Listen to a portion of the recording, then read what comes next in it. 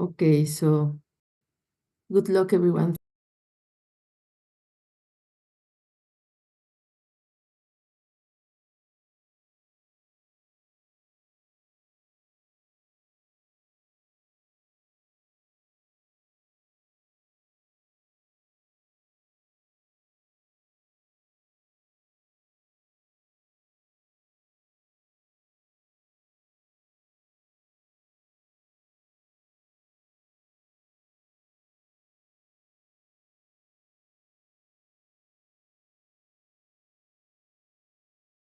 Around the world, and 2 billion people are relying on those 500 million for income, for food, for self-sustenance.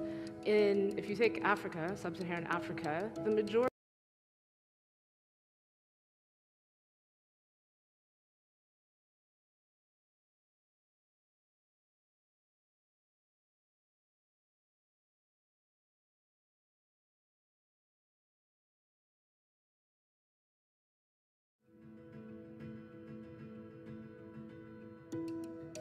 So if we think globally, there's about 500 million smallholder farmers around the world, and 2 billion people are relying on those 500 million for income, for food, for self-sustenance. If you take Africa, sub-Saharan Africa, the majority of those smallholder farmers do not have access to tractors and mechanization services. This results in farmers planting late, under cultivating their land, and really just missing out on that opportunity to make more income or save money by not hiring 20 to 40 people to service their land. And so we wanted to really look at why are there no tractors, and can bringing in tractors into these markets and these smallholder markets, can it increase productivity, and can it increase income? Please join our next seminar in the Catalyst of Change series. Welcome to the Catalyst of Change Women Leaders in Science seminar series. This seminar is in English with interpretation available in Spanish, French, and Hindi. We invite you to follow us in LinkedIn, YouTube, and social media using the hashtag Women in Science for the Catalyst of Change Women Leaders in Science seminar series. We will be hearing today from Martha Haile, founder of ABSI, a media and events company dedicated to amplifying the stories, innovations, and visionaries transforming Africa's food systems. Martha Haile will have a conversation with Monica Fisher, agricultural economist who works on gender equity and social inclusion at CIMMYT, specifically on inclusive agricultural development and digital inclusion. We invite you to submit your questions and comments on Slido to be addressed in the Q&A session right after the conversation. Now, I would like to welcome Dr. Brian Govards, Director General of CIMMYT, to officially open the event and introduce our distinguished speaker, Martha Haile. Dr. Govards, over to you. Thank you, Isabel, and good morning, good evening, good afternoon, depending on where you are. It is yet again that time of the week with the Catalyst of Change Women Leaders in Science webinar. As you well know, we launched the TED Talk meets Fireside Chat style series on women leaders last year for two reasons. Number one, because you can't be what you can see, and we want more women leaders in science institutions like ours. And second, we also want to hear and listen to the story, two women leaders, one from CIMMYT, one from out there in our environment, how they would bring together insights, discuss what they have learned, confront ideas, and from that, give a learning moment to all listening. To achieve, therefore, the goal of broader representation and gender balance in science, we need to provide more opportunities to hear from women leaders' life journeys, lessons, and insights. Therefore, in this series, we have highlighted a whole series of women leaders, different capacities, different fields, different disciplines, because we believe that leadership styles can come in many different forms. For example, today, we have the honor of Martha Haile, who is our 32nd Catalyst of Change speaker, and is actually an expert in media. She's a media and events company, a leader that has founded ABSI and has dedicated amplifying stories, innovations, and visionary transformations of the African food system. APSE's platform brings together leaders from across the food and agricultural sector to co-create and build a better global food system.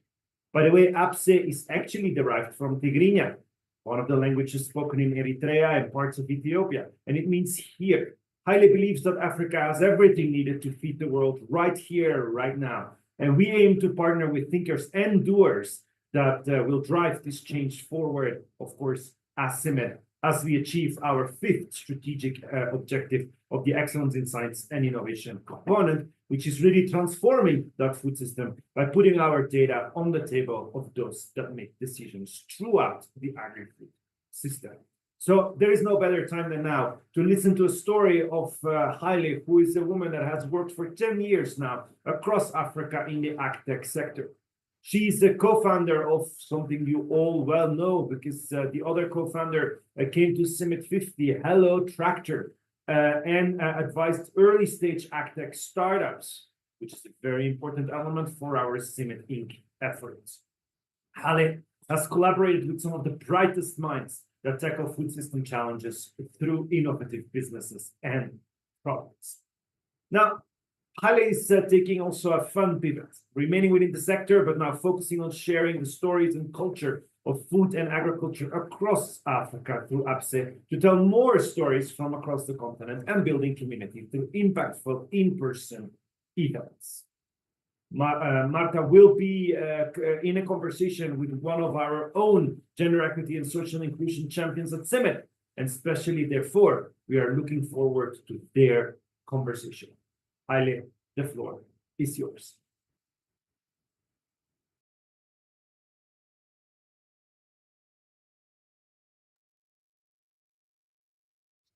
Hello, can you hear me? Yes. Excellent. Okay, thank you so much for the introduction. It's an honor to be here. Very kind words and introduction to myself and my history. So I'm really looking forward to this conversation. I am a very big proponent of storytelling, which might be evident because of my news company that I've launched. And I'll get into it a little bit more on why I think storytelling is not only fun, but it's a requirement. And it's a requirement for a variety of reasons, but really to push innovation, to bring more equity and inclusion into agriculture, which is a core mission of OBSI as well. So if we're to talk about my path, if I'm to talk about my path, which is one of the requests, I guess, for the guests on this series, we would have to go all the way back to the beginning of me, and actually just before I was born, because the story of my parents is really just the foundation, right? It's how I actually got here and why I work in agriculture, or why I work in Africa, and why I remain in Africa. My parents they're Eritrean, and in the late 70s, they left Eritrea, and my mom and my sister became refugees in Sudan. And when they reunited with my father in Khartoum, they were able to get political asylum. They were able to become political asylees in the United States, which is where they settled in 1980. And then I was born a year later. I mention this because that grounding in my culture, in the history of our country, was such an important part of my youth. It was such an important part of the culture that was in my household. So within my household in upstate New York, I'm from Rochester, New York, we were Eritrean. But when you walk out the door, I was American. And so I was always, luckily, always dealing with kind of this dual identity of being both Eritrean and American. And as years go on, obviously, I have many different identities as a Black woman, as an entrepreneur. But at the core, in those early days, it was really this duality between being Eritrean and American. And for my parents, being in the US was really important because we had access to a lot of opportunities that they didn't have back home in Eritrea, primarily being education. And education was key in my household. And so my father and my mother instilled in us that you have to be educated to be able to give back to Eritrea. This was a core tenet. So we were again, we were in Rochester, but we were always looking east. How do we support Eritrea? How do we contribute to the development of the country? And so that really kind of set me on my journey towards thinking about how do I give back in anything that I do. And as time went on, I realized that professionally, I wanted to be able to contribute to the development not only of Eritrea, but really how do I support the economic liberation, really, of all of Africa.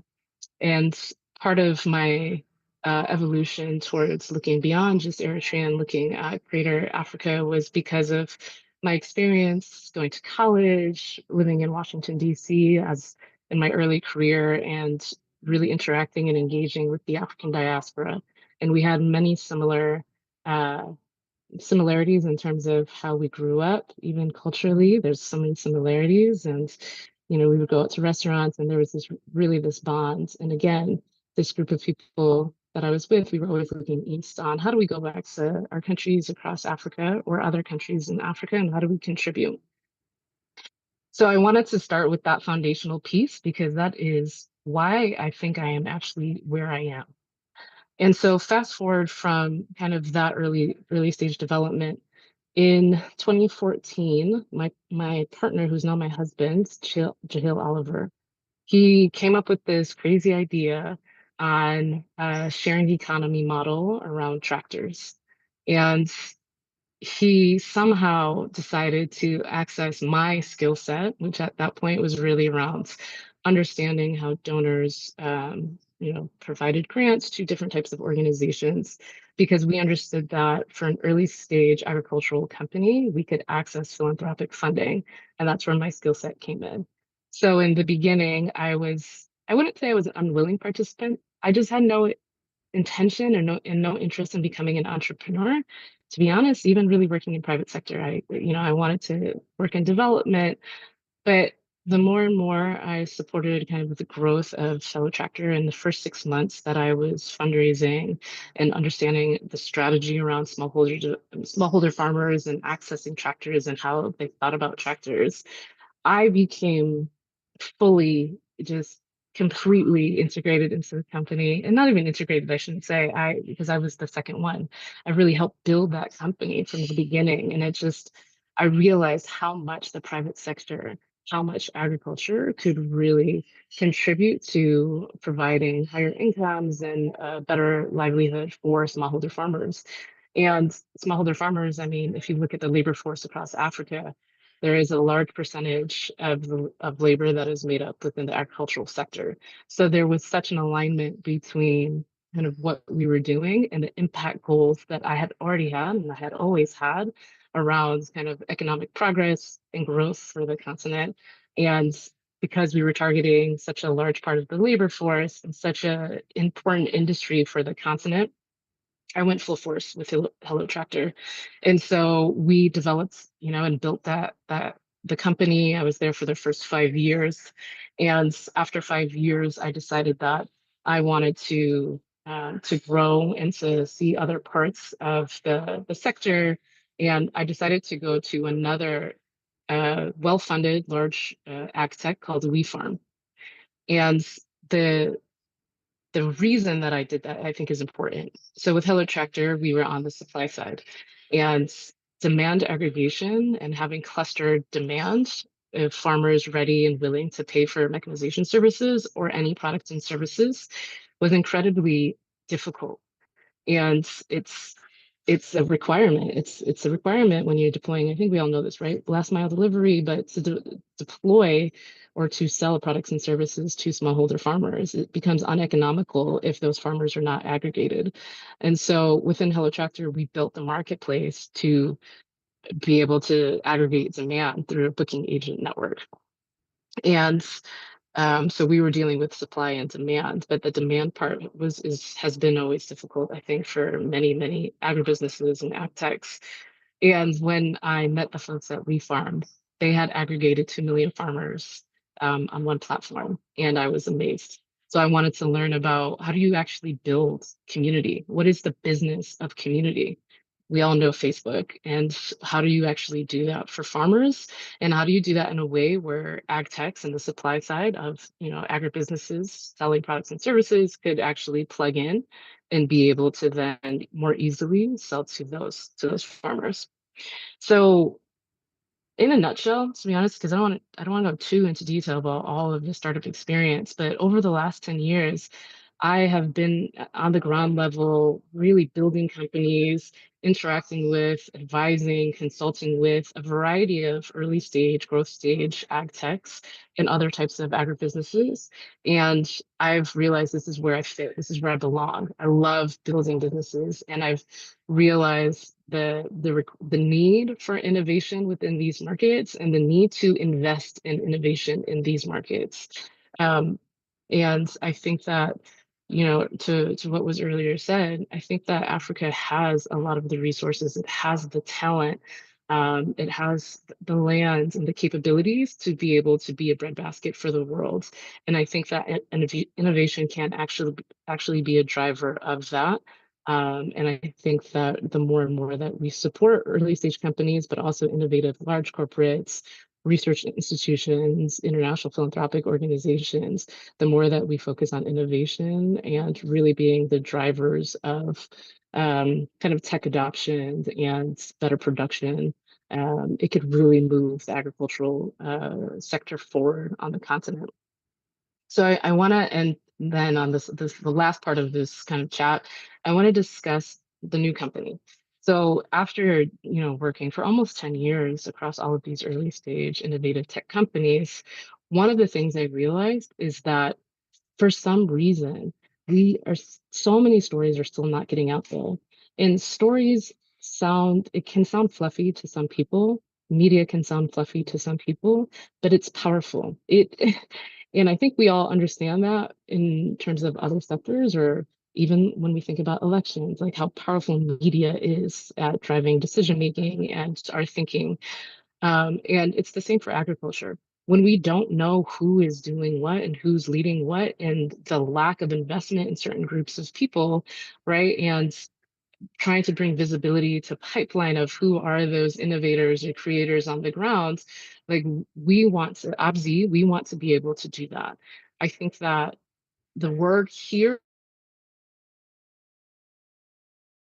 Africa, even we have the talent, we have a lot of the innovation. So how do we really shine a light on the stories and the needs of the market, the needs of these founders and these creators? How do we highlight that and be able to connect these founders and these creators and these innovations to the resources that they need to be successful? How do we connect the dots through storytelling? It's incredibly powerful. And so that's really what we're focused on.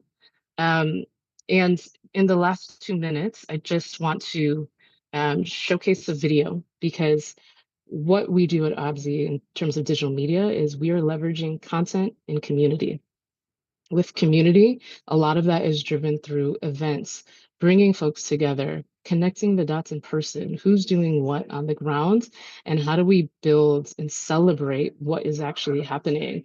And doing that face to face, I think it builds kind of those connections, but also a community of we need to work together to kind of push the African food system forward. And content is the other side. So again, storytelling through content, through a variety of ways. We are leveraging social media. I think that social media is not leveraged enough within the agricultural sector, particularly if we want to reach the youth.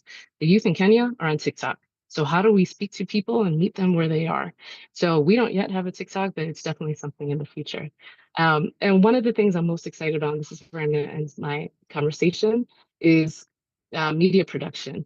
So we are launching a founder series. So it's a video format, and this is bringing visibility to founders across ag and what and why are they doing what they're doing. So we can use data, but we can get to the why behind the data, right?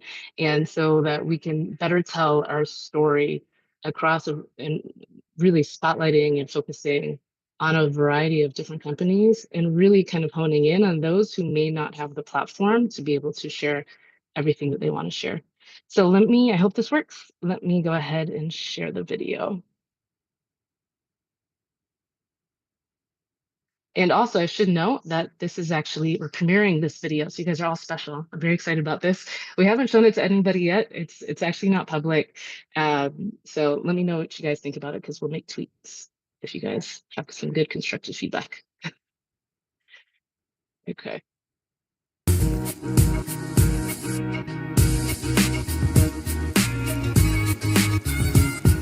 Hi, my name is Wanjiro and I am the founder of Coffee Lab Nairobi. Coffee Lab Nairobi is a specialty coffee roastery based in Nairobi. We source coffee from East African producers, and really Coffee Lab was founded from a passion, a weekend passion, and developed into a business. So what happened is I was a caffeine addict and I went for an Airbnb experience at a coffee farm, and they took us through all the stages of the coffee farming experience. So the seedlings to the processing, and then the drying on the beds, and then the roasting. And the thing that took all of my attention was the roasting part. I have a background in physics, and I think roasting really is a science and an art at the same time. And I was obsessed by it, and I took the plunge during COVID and got my own roaster. But the thing is, when I was roasting, I got into the whole coffee ecosystem and learned about coffee producers and the whole coffee industry. And I think that's really where the rabbit hole started. And I got intrigued by, hey, who's actually getting the value of all the coffee that's produced? Who's telling the stories of the farmers around Kenya, around East Africa, farmers who are taking risks, farmers who are rethinking, what coffee could be. And I felt pushed to tell these stories and roast their coffee and take it out there and educate the Kenyan consumer and the East African consumer, and really just educate the global consumer about all these interesting coffee producers. Around the coffee challenges, I'll kind of break it up into two. So one is that there are a lot of regulations in coffee, so which makes it really hard for people to get into the industry, for people to innovate, and just get certain licenses to practice. The second kind of challenge around coffee is the supply chain. So when you think about coffee, most of it is exported when it's green, which means that most of its value is really leaving the origin country. And the roasting, packaging, and all that, that's value that accrues at the top, which is not really shared by producing countries. And this implies that the people who grow it, the farmers, kind of remain in the same economic space, while the people who add value, really are the ones generating wealth. And so the wealth is really not split evenly. When I was creating this space, the roastery, and the pictures that I use around are the people who inspire me, which is my mom and her sisters. And even as I think about growth and the team, I want it to be a space that is innovative and inspiring, and really we're answering the question, can coffee be used to create Black wealth?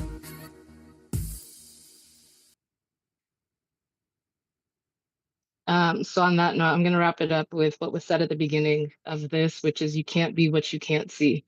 And I think that there are a lot of unseen people and stories, and we just want to be able to really shine a light on all of those stories. So thank you.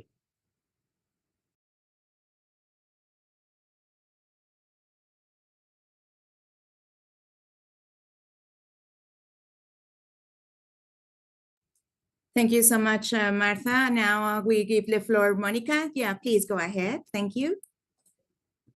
Thanks so much, Martha. That was an excellent presentation. I really enjoyed it. And hello, everyone who's joining the seminar.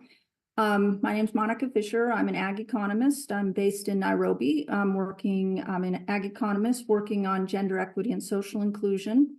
I really enjoyed hearing about your journey and some of the influences on your current career, where you are now, such as your parents being immigrants. My mother was also an immigrant, so that's something that resonates with me. And also I enjoyed hearing about how Hello Tractor came into being. I prepared some questions looking at your career profile on LinkedIn, and also the description about the webinar. And I looked at some of the areas of your work that resonate or with my research interests, which include, among other things, women's entrepreneurship, women farmers and agricultural technology, how to co-develop agricultural development with local communities. Your storytelling is wonderful. And also the role of ag tech, digital ag tech in addressing food system challenges. So I have three sets of questions. I'm going to change the order of where they are. So one of them has to do with ABSE and how it's changing the narrative around African agricultural transformation. I also have some questions about women's entrepreneurship and aspirations. But let's start with, I'd really like to start after seeing the video, which was wonderful, by the way. I'd like to hear a little bit more about ABSE. So one of the things that really prompted my interest was I read on your LinkedIn page that ABSE believes that Africa, I'm just going to read, has everything needed to feed the world right here. And we aim to partner with the thinkers and doers who will drive this change forward. I can see one of the thinkers and doers already, the woman in the Coffee Lab video. Loved hearing her advice, you know, some of the challenges she's facing. This woman, physicist, entrepreneur, very, very cool.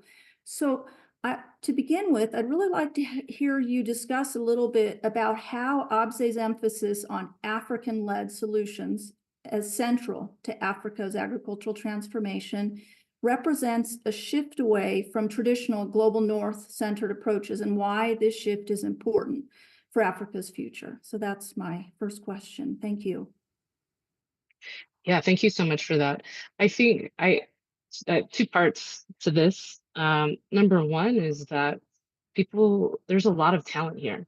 Like you know, there is an enormous amount of talent on this continent. And I think generally we know that it's the youngest continent. It's a growing population. You know, Africa will be 2 billion people. And we have so much talent that is going into AI, they're going into media, they're going into different tech industries. And so we need to be able to leverage that because agriculture is not going anywhere. And so how do we leverage and unlock the talent that is here into innovating this sector? So I think one, it's just this natural, there's a resource here that, I think we are all trying to unlock and integrate and bring into the agricultural industry, because as we know, with urbanization, many people are moving to cities and perhaps not as interested in agriculture as maybe we all like, but we need to be able to show that there is legitimate opportunity and viability of the sector to bring the type of income that the youth wants and that people want nowadays. I think number two is, people just like myself and just like my story, I was brought back here. Like my parents did not necessarily want to leave Eritrea. They were forced to because of conflict. But I felt a need to come back. And I'm actually going to write a piece on this, but when I moved to Nigeria, my dad asked me, and I was prepping him for almost a year because I knew he'd be said, why Africa? We left for a reason. And that's such a powerful question. And my response to him was, you have been raising me my entire life to always think about Africa first, Eritrea first, right? This world isn't necessarily fair. So how do we actually contribute to driving a more fair and inclusive world? So I came back because I felt that draw. And there are a lot of people here on the continent who feel so committed to actually growing their countries. And one way many of them want to do that is through business, right? And there are many in the diaspora who also are interested in understanding, how can I come back and build a business or invest into local companies? So I think that automatic, just the need to contribute here, like where we're rooted, our families, our ancestors are here. And so how do we either come back or how do we stay here to actually build up the types of companies or solutions that we think can actually contribute to the betterment of our country, of our communities, of our families. That's another reason I am supporting African businesses and also businesses based here. And I think that's why there's also a big interest in that as well, at least from the folks that I've been meeting. Thanks so much, Martha. So I think this naturally leads into my second question, which was about if you could share some examples. I think you're an example of an inspiring thinker and innovator and doer whose work is helping to solve, to drive this vision that ABSE has for Africa's agricultural transformation. So I don't know, I was going to ask you if you could share some examples, some other people who are of inspiration to you, to the benefit of us. Yes. So one thing that I mentioned is that we have events. That's a key part. And this past September, we launched a dinner series called Here Africa. We curated a group of women founders within food and agriculture, which I thought would be easy. But as I was really growing this list of invitees and asking folks, I realized it wasn't necessarily as easy to meet everybody or to identify who these women were. And once this group of women really came together, and there's some of the leading ag companies within Kenya, it was powerful. Like it was like it was powerful. It was also, I always, when you build community, and if you've been part of community, then when I've been part of women communities, there's a synergy there, right? It's probably any affinity group, but there's like the synergy of, wow, we really have shared experiences, shared challenges, and it's nice to meet somebody like me who's going through it. I was very intentional about having women founders there because of the difficulty in accessing funding, the difficulty in being taken seriously in different types of meetings and being put on stages globally, right? I knew that there'd be very specific conversations that took place. And so there are many different women there. One group I would also highlight and who we partnered with for this first dinner was a group called Women Who Build Africa. And at this point, I believe they have over 3,000 folks as part of their Slack channel. They have a website. They just launched a Substack. It's a really fantastic group, and their goal was to bring together women in tech and women who are interested in being entrepreneurs, women who are founders and investors. Their goal was to bring them together in a virtual manner, but also through events. Because again, even if you're in fintech or if you're in ag tech, hey, how was it, with your co-founder? How was it raising money? Man, only 3% of us are actually getting venture capital. Why do we think this? And so they've really been a fantastic group, and I think leading the way for convenings and moving this conversation in a digital manner so that folks from Nigeria to Ghana to South Africa to Kenya, we can all have these conversations quite openly. Fascinating. Yeah, I would love to sit in sometime on the group Women Who Build Africa. I came across the link to information about that group on your LinkedIn page, and it looks like a wonderful platform. So I think I'll go to my next set of questions, which are related. So you were talking a lot about with this Women Who Build Africa group, women entrepreneurs, right? And so I think one of the things that can be discouraging for women entrepreneurs, and then also for people who study and care about women's participation in business, is global research that shows that on average, women-owned businesses, I don't like the term, but there's actually this underperformance hypothesis. And so looking at financial indicators, then women on average don't do as well as men.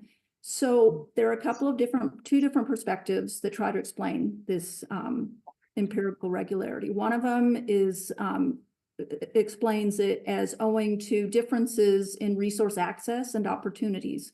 Women don't have these wide networks, which it sounds like Women Who Build Africa is changing that story.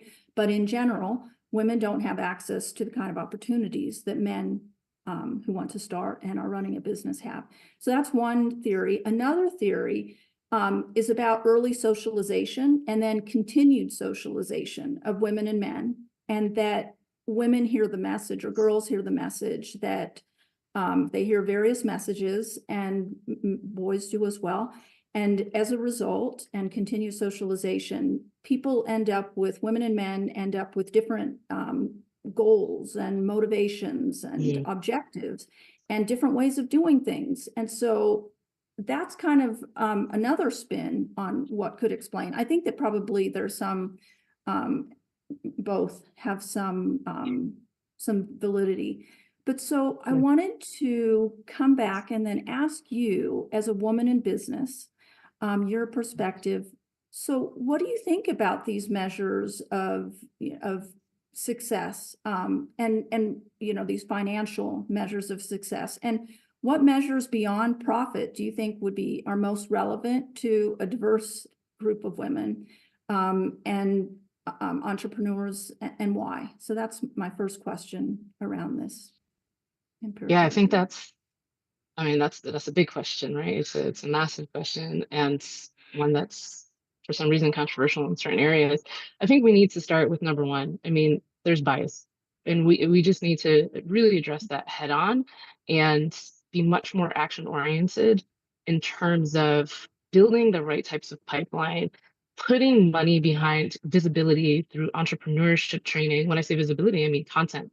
And there is more investment going into content and storytelling and platforms, which is fantastic. I think that entrepreneurship trainings are increasing on the continent, which is really fantastic as well.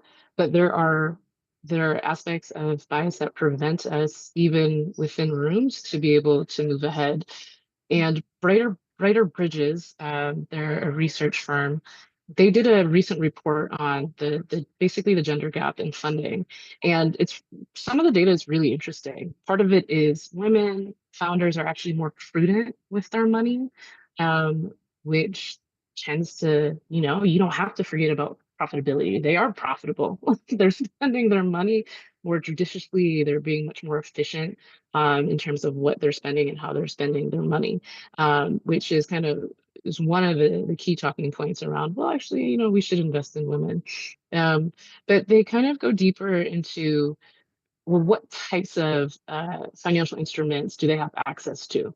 If they have access to grants at the beginning of their company, then for follow-on investment, it tends to continue to just be grants. And so why are women founders then being pigeonholed in grant territory? And I think that having diverse capital stacks are incredibly important. And I'm a very big proponent of, accessing philanthropic funding, especially kind of early stage, especially ag techs. But why are they being pigeonholed? And really going deep into this data and seeing what this data is telling us, because there is a gap between them and men who access grants for the first time, and then they can actually leverage more, different types of capital after that initial funding. And so looking deeper into that is interesting. And also, speaking to women founders, number one, I think there needs to be more research into it and really getting much more data. And we're in the early stages still of women founders being funded. So we need to continuously collect this information. But what are women's experiences in closed door meetings when they're trying to access money? When they're trying to build their teams, how are they being prevented from moving forward? Not only in we tend to look at this outcome, right? Like, okay, they haven't gotten funding. What else is happening on their journey that's preventing them from moving forward? And I think once we start dissecting that a little bit more, then we can start to address, okay, do women, one being unicorns and like that scale story that you hear so much out of Silicon Valley, and that is still looked at as kind of a key metric of innovation, across all of these communities. It's that key metric is who is exited, who's a unicorn. To me, I don't think that this is just relevant for women. I think we all need to reevaluate, why are we only determining really the success of companies based on the fact if they're a unicorn, if they raised hundreds of millions of dollars and now they're a unicorn status, rather than looking at innovation that's solving real problems and looking then at a variety of metrics to determine really how are they able to scale and how are they able to enable a market and different types of businesses to actually proliferate just because they entered into the market. So I think that second question that you have is a really good question. Like, what are the different metrics? And how do we kind of move away from just like these core metrics that for some reason we continue to really focus in on. Thanks so much, Martha. I agree that we're focusing on really narrow metrics, and I like the metric that you mentioned about innovation that solves real world problems. I think that is a goal that I wish more businesses aspire to. I think Yeah. we're getting a little bit close to the end of our interview time, so I'm going to go to my third line of questions, which are still about related to women in business and women career paths, but also bringing in other parts of women's lives into the story. So I'd like to ask, so I think you probably get asked frequently the question about having it all, right? You talked about how you have a partner, you have a successful business, you've had this very, very interesting career trajectory and life story, and you're very young. So I think you probably get asked that question all the time, but I'm not going to ask you that. Instead, Okay. I'd really like to have I'd like to hear from you a little bit about, is this the right question, having it all? I mean, for one thing is having it all probably is defined very differently for women, depending on context, their personal circumstances. So that's one part of it. And also, I mean, is it unrealistic, right? I mean, because we know that despite progress, women still bear the brunt of household responsibilities and workplace support for work-life balance. Although again, there's progress, there's still some room to for improvement. Yeah. So I guess, so my first question was, you've lived in different countries and different regions of the world. And so having it all, do you think that it's, have you observed it to be quite different across the different contexts in which you work? And then my last question, which I'll just ask right now too, is what do you think are needed? What are some things that are needed to make all paths, right? Some women are going to focus mainly on their career. Some will seek, a so-called balance, and then some will have a family focus. And how can we make those equally acceptable? Wow, that's a very good question. I have no idea. So that second, just simply, I feel like we all view what we want in life different. Like what my needs are extremely different from somebody else. And so I think the number one thing for me is I don't ascribe to what others think is the having it all, right? Or how others define what their life should look like. I have different metrics. And so what I try to do is really be focused on what is my purpose, like what are my objectives and the different facets of my life, and understand that there's always going to be sacrifice. I've never this conversation of having it all is I feel somewhat outside of it. Like you can have that question, but I know that you're gonna have sacrifice at kind of every stage of your life in different ways. As an example, I've lived on the continent now for the last 10 years, but my family's in the US. So my father passed away in the US while I was here. It's a sacrifice being far away from home. And if you are so committed to the way that you live your life, and then you work around it and you make things work for you try to figure out a way to live the best life that you can. Do you know what I mean? And so for me in visiting, like I would visit my father, I would surprise him like for his 70th birthday, all of a sudden I'd come to the States. I would figure things out. And I would do that because I understood that, I have a purpose and I'm committed to how I want to live my life at different stages. And I might go back to the States at some point. Another way that I sacrifice, but I guess it's not, I don't think it's a sacrifice, but people think it is my mother-in-law lives in my home with my family. And for Americans, like there's not a lot of intergenerational, living, but for us, we determined that this was best for our kids and for our family to have and mostly for our kids and myself and my husband to have access to a very close family member, right? And sometimes people are like, that's crazy. But for us, it's fantastic. Like, I feel like we're geniuses. I don't, for doing this, you know, because growing up in the States, it's really not something that you see, although back home, it's something that it's the norm. And for my kids, you know, I think one of the greatest things about having kids is I have a 7-year old and a 4.5-year old. Is I live more in the present now than I ever did. So it's, you know, having them, it's just how do we do the best we can in the present and live and be excited and curious about life. And that's what's actually most important to me. Um, and so that's my answer to it. I think it's an incredibly difficult question, but I hope people just evaluate really what do you want in your life and how do you make that happen as much as possible, but potentially understand that there's a sacrifice in everything that you do, right? There's trade-offs. And I'm very clear about some of the trade-offs that I've made, and I'm okay with that. Wonderful. Yeah, I agree. It sounds like, so it's a tough question, but I don't know, just listening to you, it sounds like you've kind of figured it out for your having it all. You know what your having it all is, and you realize the sacrifices that need to be made to get there, but you've also found various approaches to supporting that, such as intergenerational living.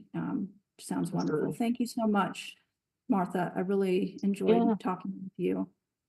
Thank you so much, Monica. Thank you. Thank you so much, Monica, for having this interesting, stimulating conversation with Martha Hale. Now we would like to open the floor for questions from the audience. We invite you to raise your hand, to turn on your camera, and unmute yourself if you would like to ask a question or comment, or you can submit it via Slido. By now, we have several questions on Slido, and I would like to read the first one. And it says, how do you manage the lack of ease of doing business in Africa? You got to be creative. I will say that when we first launched our company in Nigeria in a pretty difficult time. So for Hello Tractor, that is. But business moves. You know, these societies move. Business is taking off and booming in certain areas of every single country, in every single country across this continent. And for us, it's just you have to understand to a certain extent trade-offs, but also how to build and scale.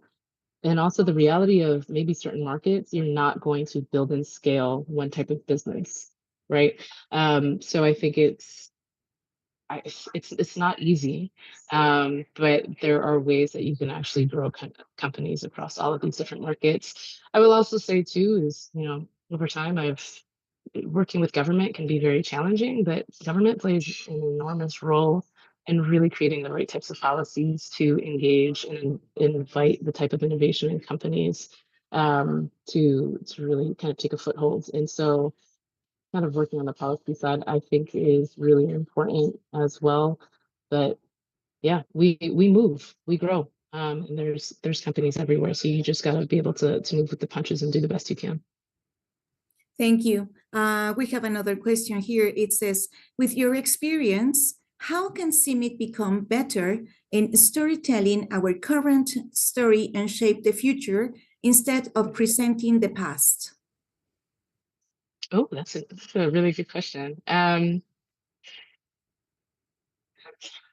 don't know. I'd have to think about that one, to be honest. But I would say this, though. Number one, I love this series. I think that even having a type of platform like this and a series like this, again, thank you for inviting me, I think is really critical.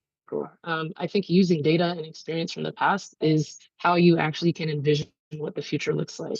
And so I think this type of storytelling is really important. I think another one is that different groups, and I'm telling you, I'm hearing this from everybody, from like entrepreneurs to research institutions to venture capital to government. Everybody is saying we need to improve our communications.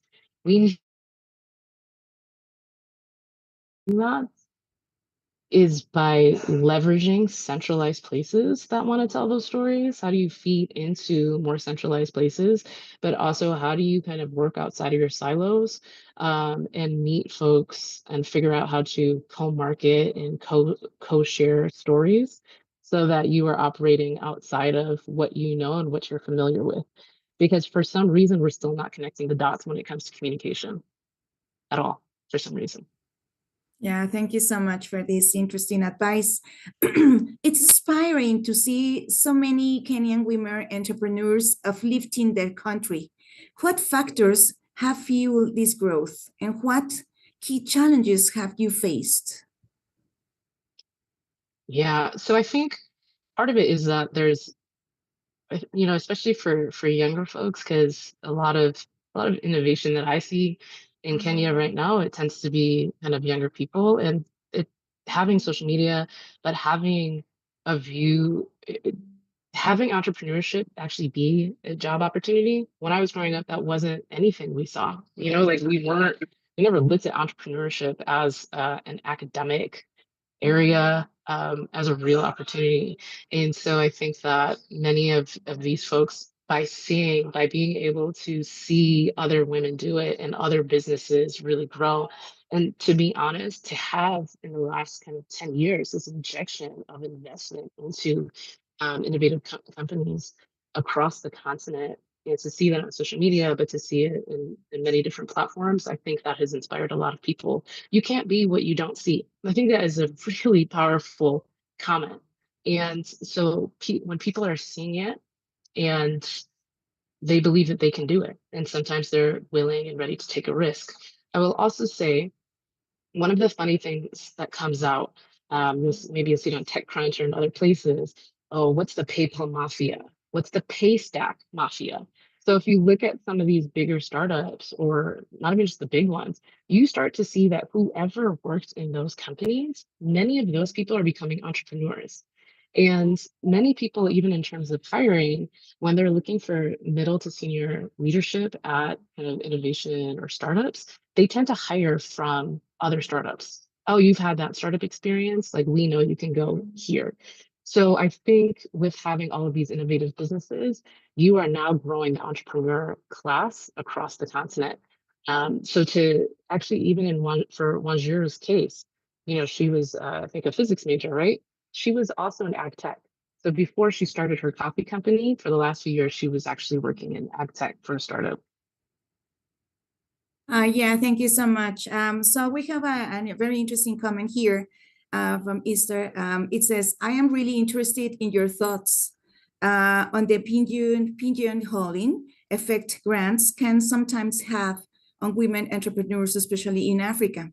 Growing up in Kenya, I've seen many women-led businesses struggle to break free from grant dependency, facing unique challenges that you mentioned, including different socialization of women and girls. In your view, what practical steps can we as women take to pull ourselves out of this cycle and build more self-sustaining, resilient businesses? Yeah, I think that's such an important question. Really, it's an important question. I recently heard of, I don't know if many of you are aware, but many early stage businesses here don't have access to traditional forms of capital. So they may not have access to family and friends money, but there have been angel networks that are really growing. There's a pretty big one in Nairobi called NIBAN. They've been around for 3 years. They are fueling a lot of these early checks into startups. I recently heard about an angel network in Tunisia, and the angel investors are actually Tunisian women in the diaspora. Brilliant. Like this is, everybody wants to understand how to unlock diaspora remittances. I think this is a perfect way of doing it. How can you get the Kenyan community in Texas or in DC or any parts of the world, if they're interested in women businesses? There are many women businesses here who do not have visibility or access to traditional forms of capital. So if there were these earlier checks to support them directly, I think that would make a world of difference. Yeah, thank you so much. And following the question, it says, in what other ways do you think research institutions like CIMMYT could better support the efforts of agricultural entrepreneurs? Yeah, I think that data is very important. So one of the things, and we all talk about data, right? But here's one way that I'm thinking about it. Many people, if I go into a grocery store in Nairobi, one of the bigger grocery stores, I don't have access to spices from Ethiopia and Eritrea. I don't get that better. I get that better because I have a friend that comes in on an Ethiopian Airlines flight and drops off that better to me, right? I think that if we start to use data to say, you know, to a certain extent, rebrand Africa.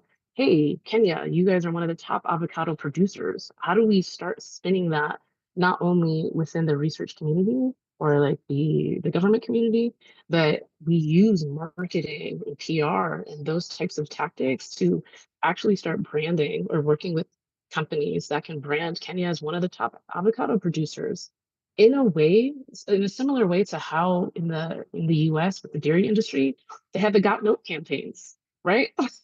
The when you see the intersection between kind of marketing and key data, anyways, data and coming out of the agricultural industry, I think it could be really powerful.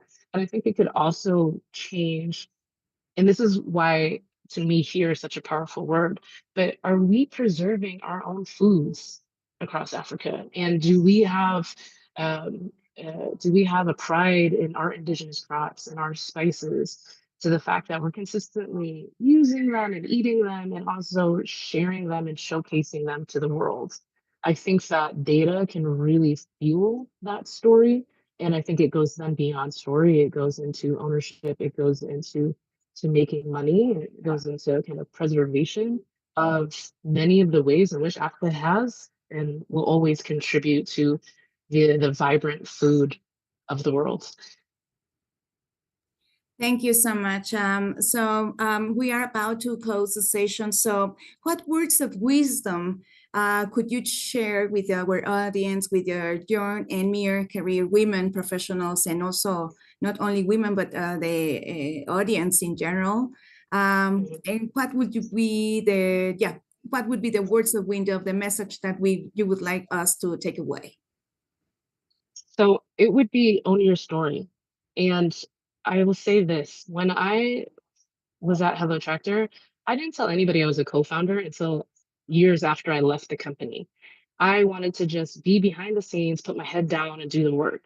And part of that is because, many women, we don't want to boast, we don't have to be everywhere. But when we don't own that story and we're not visible, it's actually a disservice to women and to the industry. And so what I would really encourage everybody to do is own your story. It's not easy. It's not easy all the time, but it's important. I think it's important not only for you, but I think it's it's important for the greater industry. And it tells much more colorful, much more vibrant, diverse stories across our sector once we start owning kind of what our superpower is and what contributions and values we can actually bring to the food system, the agricultural industry globally. So yeah, I would just say own your story.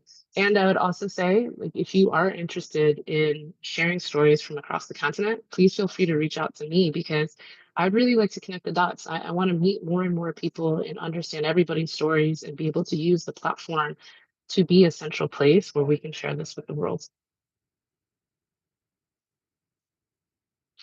Yeah, thank you.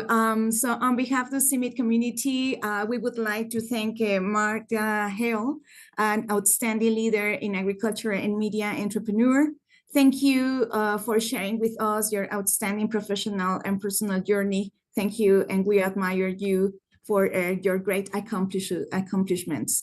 So on behalf of thank you. So on behalf of Dr. Brian Govertz, Director General of CIMMYT, we thank you also for your valuable time for being here today. And also we thank the audience that joined. So do not miss our following Catalyst of Change, Women Leaders in Science series in 2 weeks. Have a nice day. Have a nice evening. Thank you so much. Thank you. Bye-bye. When I was born, my umbilical cord was buried in the indigenous Mije Mountains in Oaxaca, Mexico.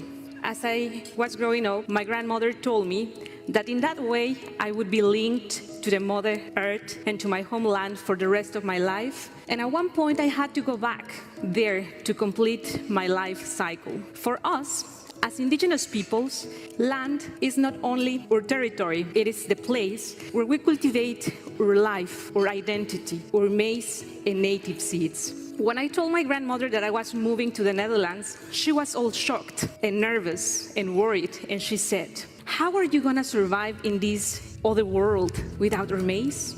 I would say that usually when we are addressing problems such as food security, climate change, we think of global solutions, but we could start local, respecting aspirations of people, their rights, their identity, their culture, if we really want to be effective as researchers.